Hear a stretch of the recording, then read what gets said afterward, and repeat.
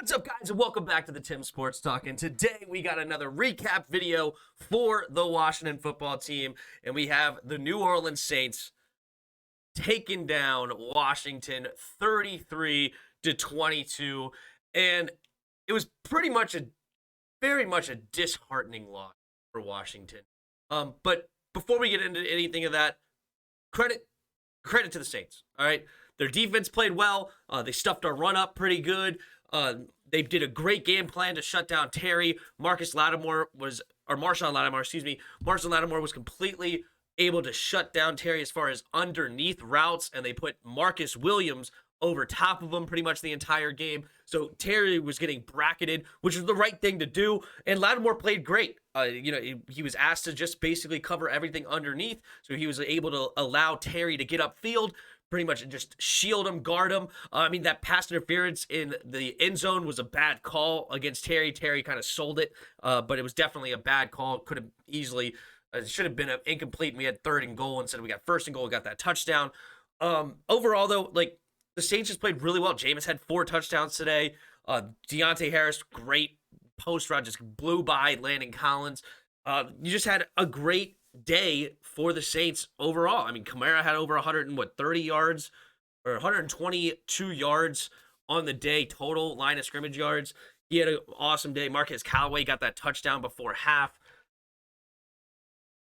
And the coaching was just better for Sean Payton when you compare him to Ron Rivera. All right. So I just want to get that out there. Full credit to the Saints. Saints had a couple of issues here or there, but for the most part, they did a great game plan. They came in, executed, and did a wonderful, wonderful job. All right. Hopping in to the Washington football team. All right. Taylor Heinicke had his worst day in the Burgundy and Gold.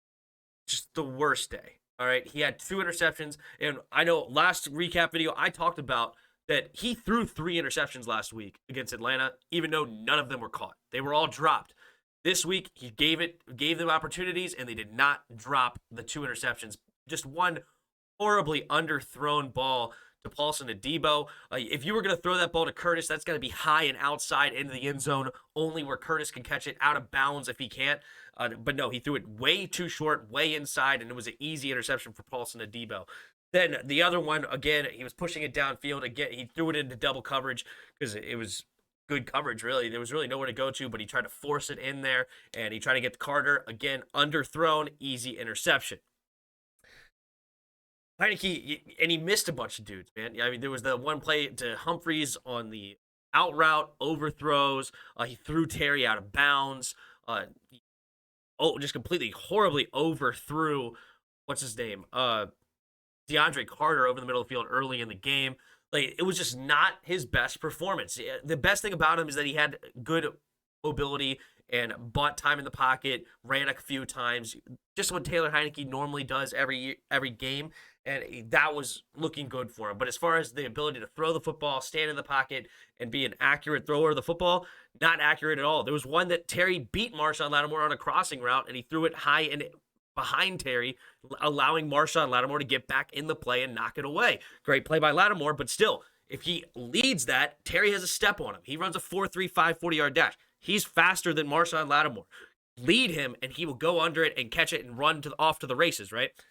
So, just not good for Taylor overall. He missed things. It was bad. It was a bad performance from Taylor Heinicke. Antonio Gibson, he had one nice run. He got the 2 touchdowns, but one really nice run where he was about to head inside. Number 97 was right there, so he faked to the outside. 97 tried to go around the blocker. Then he cut it back in, had a nice, it was 16-yard run. But outside of that, Gibby was pretty much bottled up. Outside of one drive, I think, in the 3rd quarter where they ran the ball somewhat well, Washington, that is. Outside of that, the run game was pretty much stuffed up. Just stuffed up. It was not good. DeAndre Carter had a nice end around on that drive. He actually had 2 ended arounds. One of them was, I guess, counted as a pass. But that was a great, great drive. A lot of people want to hate on Scott Turner's play calling. As far as things that you can complain about in this game, that is low on the total. I mean, you may be able to nitpick here or there, but overall, I mean, you had both your right side of the offensive line was hurt. Brandon Sheriff did not play, and then Sam Cosmi got hurt in the first half.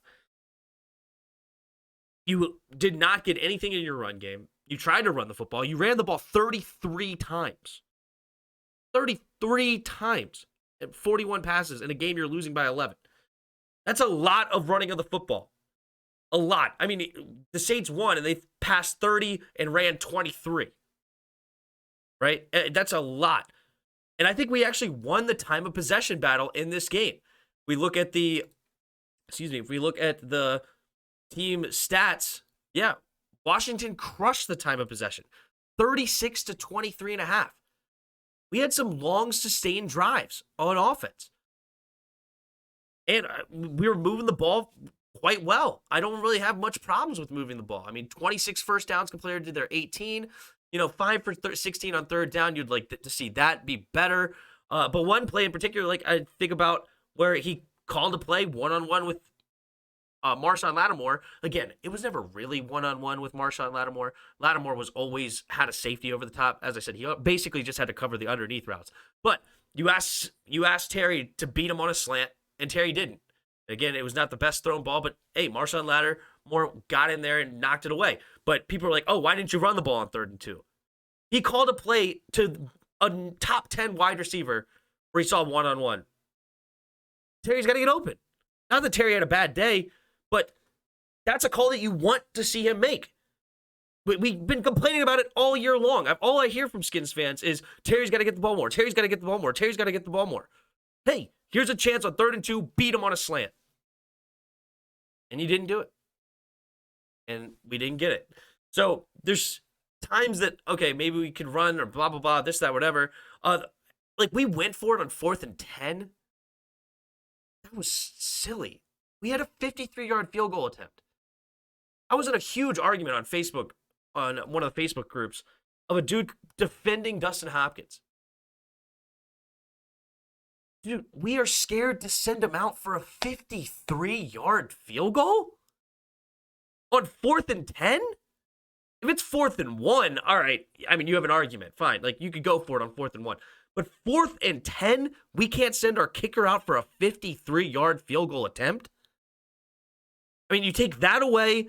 If we get 3 there, if we also get 3 instead of Heineke throwing an interception on that horrible pass, and then we don't allow that ding-dong of a play right before halftime, we're leading going into half with the ball coming out of half 19 to 13.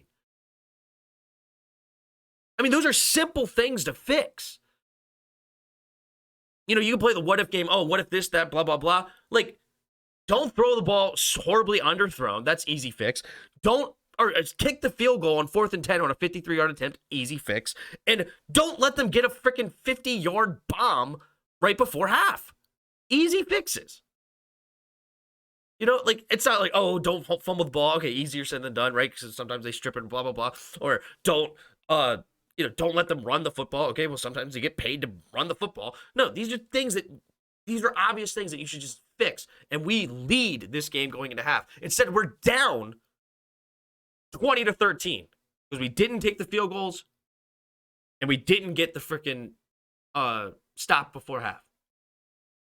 That's a 13-point swing in a game you lost by 11.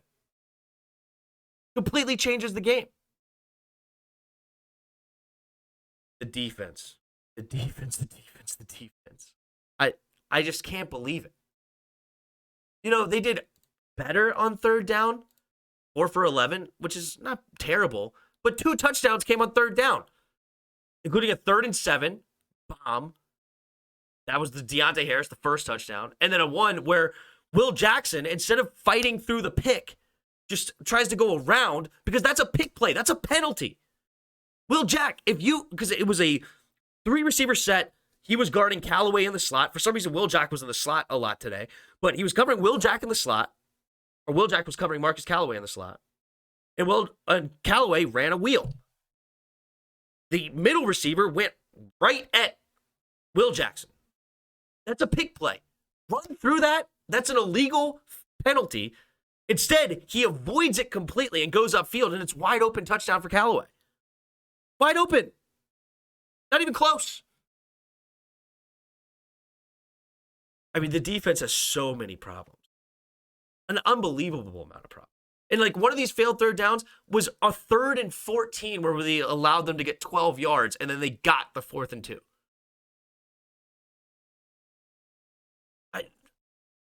Jack Del Rio, why? Why is Landon Collins the single high safety on the Deontay Harris? And then on top of that, Landon Collins is trying to disguise it. So he's coming up to the box. And then as soon as the ball's hiked, because you can tell he's not ready for the ball to be hiked, he's trying to like do things. And then all of a sudden he has to sprint back. He never sees Deontay Harris for a huge touchdown. Never even sees him. That's coaching. Why is he back there? He is known coming out of college. Like, this is not something that's just a revelation in the last 2 or 3 years. When he was drafted, he was known as a dude that could not cover. But we insist on putting him back there as a single high safety. Why? Why? And then the other safety, freaking Bobby McCain, just completely misses a tackle on Alvin Kamara. Granted, Alvin Kamara's hard to tackle. But still, make the play. It was a 23-yard touchdown run for Kamara. And the other safety just completely blows the tackle. People are going to yell at Jamin Davis, oh, he should have been in that hole.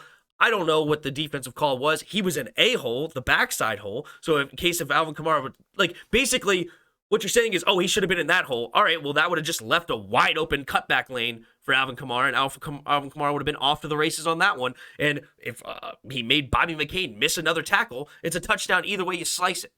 Bobby McCain's got to make that play. That's his gap. That's his hole. He's got to fill it. Or you could say that Cole Holcomb went too far to the left. I don't even know what hole he was in. But nobody guarded the hole right up the middle, and it was an easy touchdown run. They ran the ball well. 16 carries, 71 yards, 4.4 yards a carry, touchdown. Touchdown. Callaway had 2 touchdowns. Harris had a touchdown. Alvin Kamara also caught a touchdown. That was a great play on that final drive. Play action. Cameron Curl, man. Cameron Curl has been phenomenal all year. He messed up big time on that play. Big time. How in the world do you let Alvin Kamara get loose? I don't even know what Cam Curl was looking at. Dead serious. No clue. It was a play action to his way. He should have been looking at the running back. Then as soon as Alvin Kamara slips into the flat, you should be following him. You should be trailing him. This isn't complicated. What were you looking at? Everything was coming right at you, and yet for some reason you're not looking at the running back? What if it was the ball handed off to him? You weren't even looking at him. You don't even know if you got the ball or not. Unbelievable, terrible play, but great call. You know, everybody's expecting him to run the football, just run. Boom, play action, touchdown. Ices the game. Ices the game out.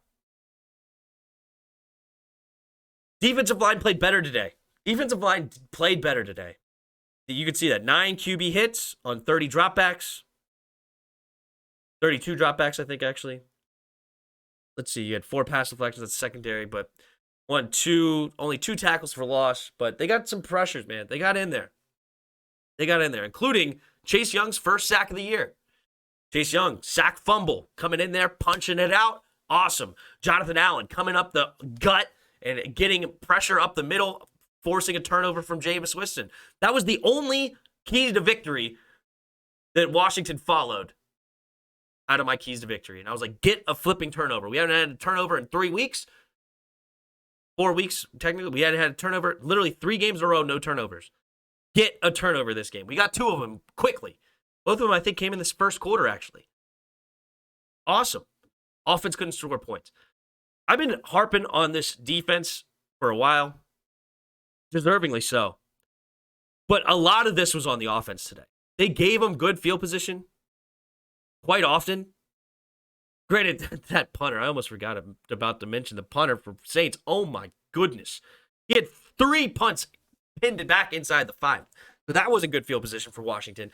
But to start the game, you had, let's take a look. Where does it start at?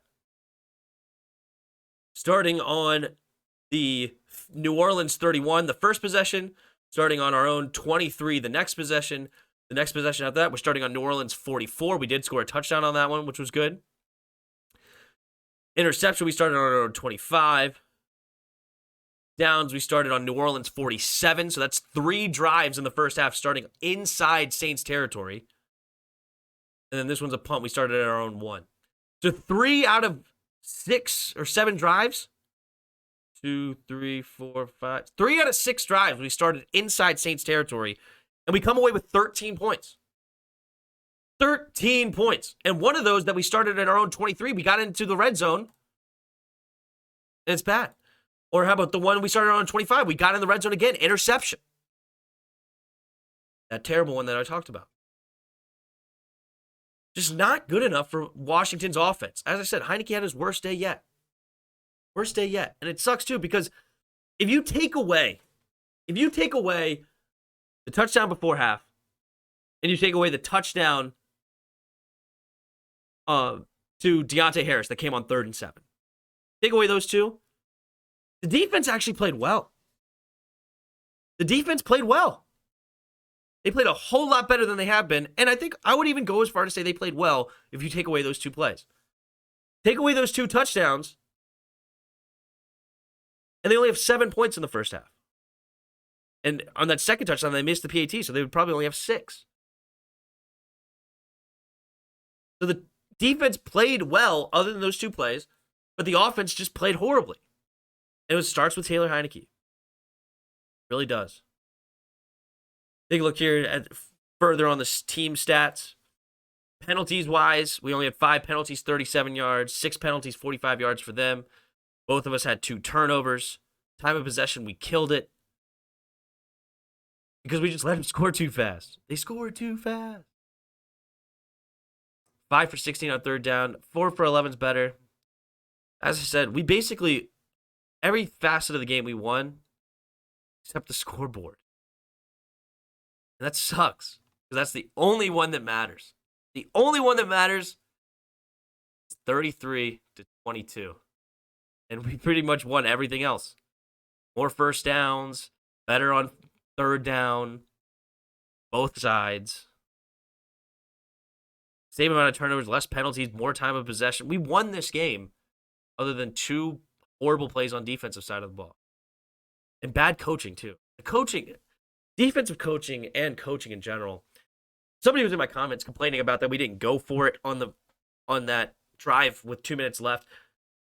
I could see. I mean, if you're starting on your own 25, you'd want to go for it, but you're starting on your own 1. If you drop back, that could really screw you, right? That could really screw you. But we couldn't run the ball to get out of there, right? We tried to get some space, but we couldn't. And also, like, you shouldn't give up a freaking touchdown. I don't care. Like, you just can't. I don't know why we didn't also call a play where you have 3 safeties standing on the line of scrimmage. Because let me tell you why this play happened. The play before half. You played it as if it was a normal defensive play. There's 8 seconds with they have no timeouts. So if they get tackled inside, it's over.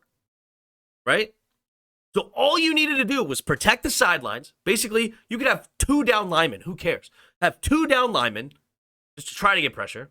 So that leaves you with 9 guys. 3 guys up the sideline, one sideline, 3 guys up the other sideline, and then 3 guys deep. It looks funky, but at the same time, if they catch it inside, it doesn't matter. If they catch it and get tackled inbounds, it does not matter. Because they have no time to spike and no timeouts to stop the clock, so they can't get a field goal. But since you ran it as a normal play, you had everybody retreating and they weren't in position. Because imagine if that floater, that deep ball, and you just had 3 safeties ready to basically retrieve it as a punt. They're going to be the ones there. But instead, Landon Collins is retreating. Benjamin St. Juste is retreating. Kendall Fuller's retreating. And nobody really locates the football. And then they run into each other like the 3 Stooges. And then Callaway is basically just there by himself to score. So they can't locate the football. They're not in position. And then they get freaking beat. Why are you not backing up? Even if you wanted to have like some people there, 2 or 3 guys need to be back at the goal line. It's crazy. It's crazy. But well, that's how the cookie crumbles. Go down. Go down 2 Saints, 33-22. And this schedule, guys, you guys aren't ready for the schedule. The schedule's insane. Chiefs, Packers, Denver, Bucks, Carolina. Luckily, no Russell Wilson. But then we have Derek Carr, the Raiders, Dallas, and all division games to end. We basically don't have another quote-unquote easy game unless you want to count the Seahawks because now they don't have Russell. I don't think Russell will be back in time. I think it's at 8 weeks. So what's this? 1, 2, 3, 4, 5, 6, 7. So it looks like most likely he's not going to be back in time for the Washington. But this schedule is insane. Basically, dang near everybody on here has a positive record until you get the division games. Be tough stretch. Stretch from hell. That's what we got to look forward to. But hey, congrats to the Saints. Sucks for us. We'll be back next week. See how it goes. Hey, hit the like button. Hit the subscribe button. Also, in the description below is a Discord link. Hop in our Discord and come talk some football. Last but not least, there are donation links in the description below. If you feel so kind, you could donate to the channel. Of course, also now that we have a Twitch, you can go follow us on Twitch. Down there is in the description. Also, I have a Patreon. You can subscribe to there if you want to donate to the channel that way. But hey, you lost. It is what it is. Move on. We'll live. Until next time.